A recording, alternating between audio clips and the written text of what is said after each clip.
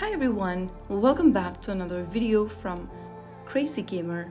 Today in this video I'm gonna show you how to change country in Racing Kingdom using your mobile device.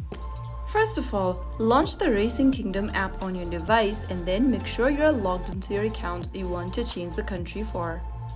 Once you're in the home page, tap on your profile picture at the top left corner and then click on the gear icon right next to your profile picture.